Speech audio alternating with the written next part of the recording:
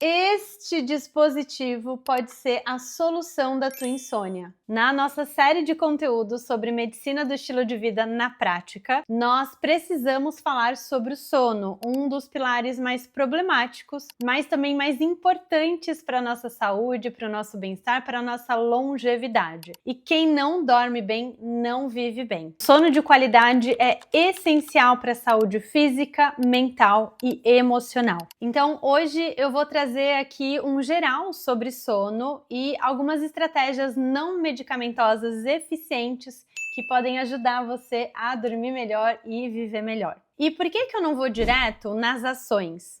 Porque eu entendo que é muito importante que você conheça sobre você, que você entenda os porquês de você estar fazendo o que você se propõe a fazer. Ou seja, você tendo clareza, você vai ter uma motivação. De novo falando sobre o motivo que te leva à ação, mas consistente.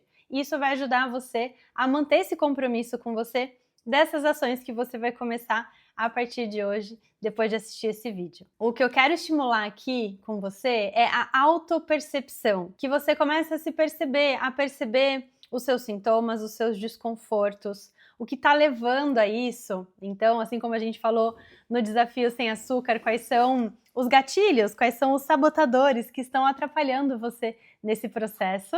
O que é dormir bem? Muita gente fala, não, eu durmo super bem, pode ficar tranquila, eu encosto, eu durmo, qualquer lugar, qualquer hora do dia.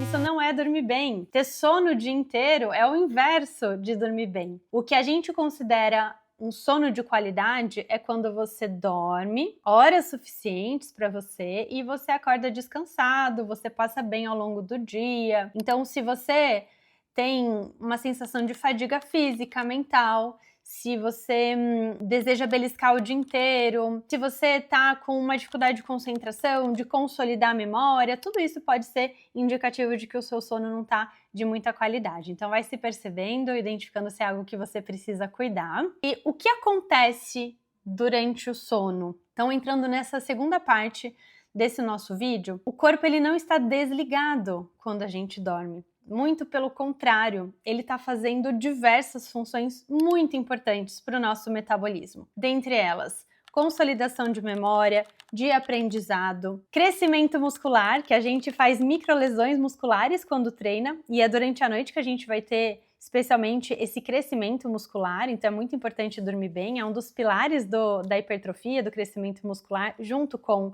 a alimentação adequada e o treino adequado. A gente tem a reparação de tecidos, de células, inclusive de DNA.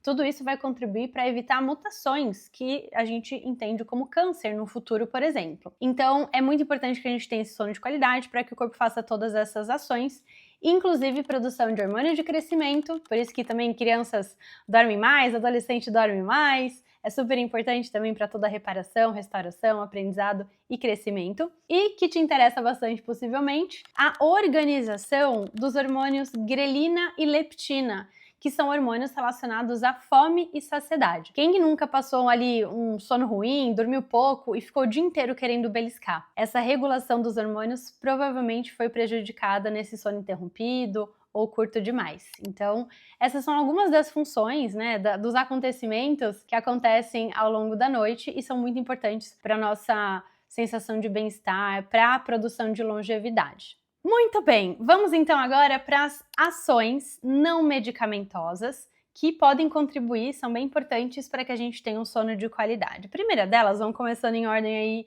cronológica, evitar cafeína de 6 a 8 horas antes de dormir. Cada pessoa tem uma metabolização da cafeína. Algumas pessoas têm uma metabolização mais lenta, tomam ali um café de manhã e ficam super bem ao longo do dia. Outras pessoas têm uma metabolização mais rápida, tomam vários cafés.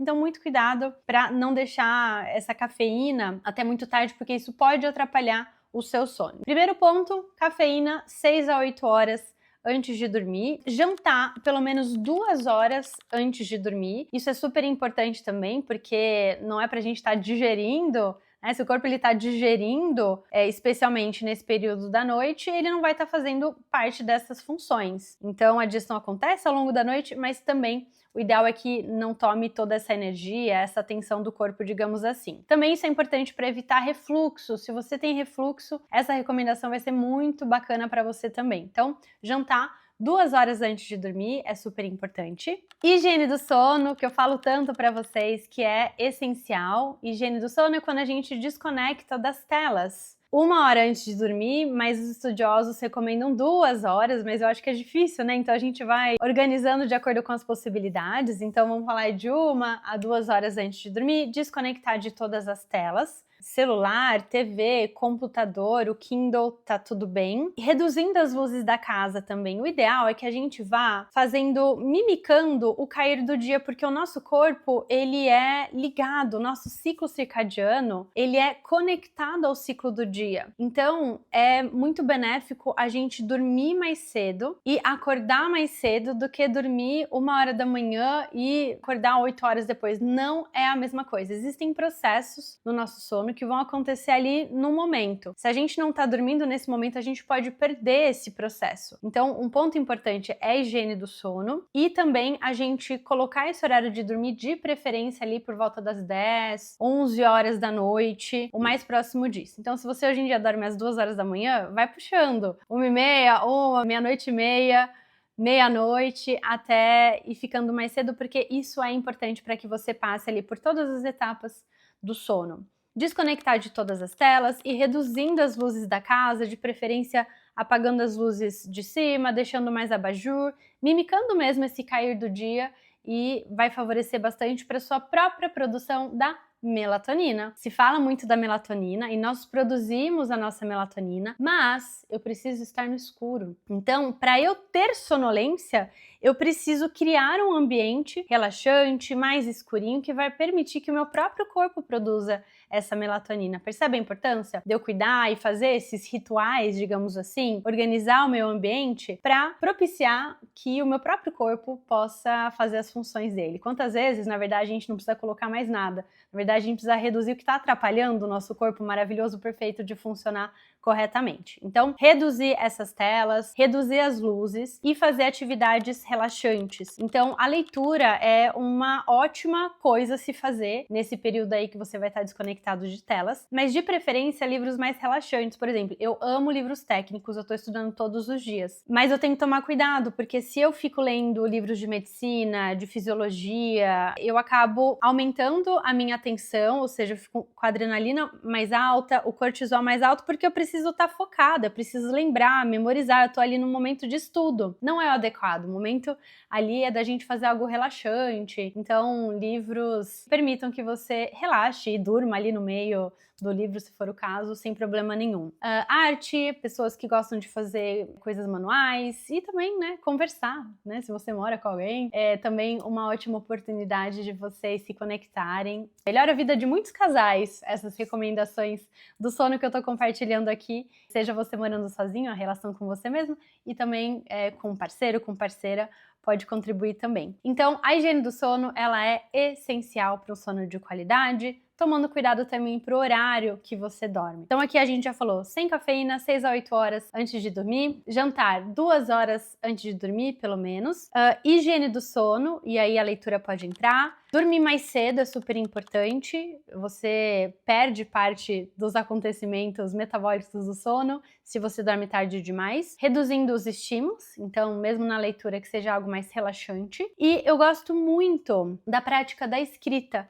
Se você fala, nossa, não, mas não adianta, eu deito na cama e fico rolando. Talvez você esteja com muitas preocupações, pensamentos do que fez, o que não fez, o que devia ter feito, então tá precisando organizar esses pensamentos. A prática de escrita tem que ser num caderno. O processo de escrever, ele é diferente de quando a gente digita. Então, escreva, organize seus pensamentos, você vai perceber como isso contribui muito para a redução da ansiedade, projetar o seu dia seguinte, é muito bacana. E eu gosto também de deixar tudo organizadinho para o meu dia antes de dormir, né? Amanhã ela começa na noite anterior, então deixar ali a roupa do treino, bolsa, tudo mais, isso traz uma leveza também, saber que tá tudo preparado para você começar o dia, isso traz relaxamento também. E agora vamos falar sobre o tema desse vídeo, que é o tampão auricular. Esse simples dispositivo que você ganha quando faz viagem de avião, é possível comprar também na farmácia. É fantástico para você que tem uma insônia causada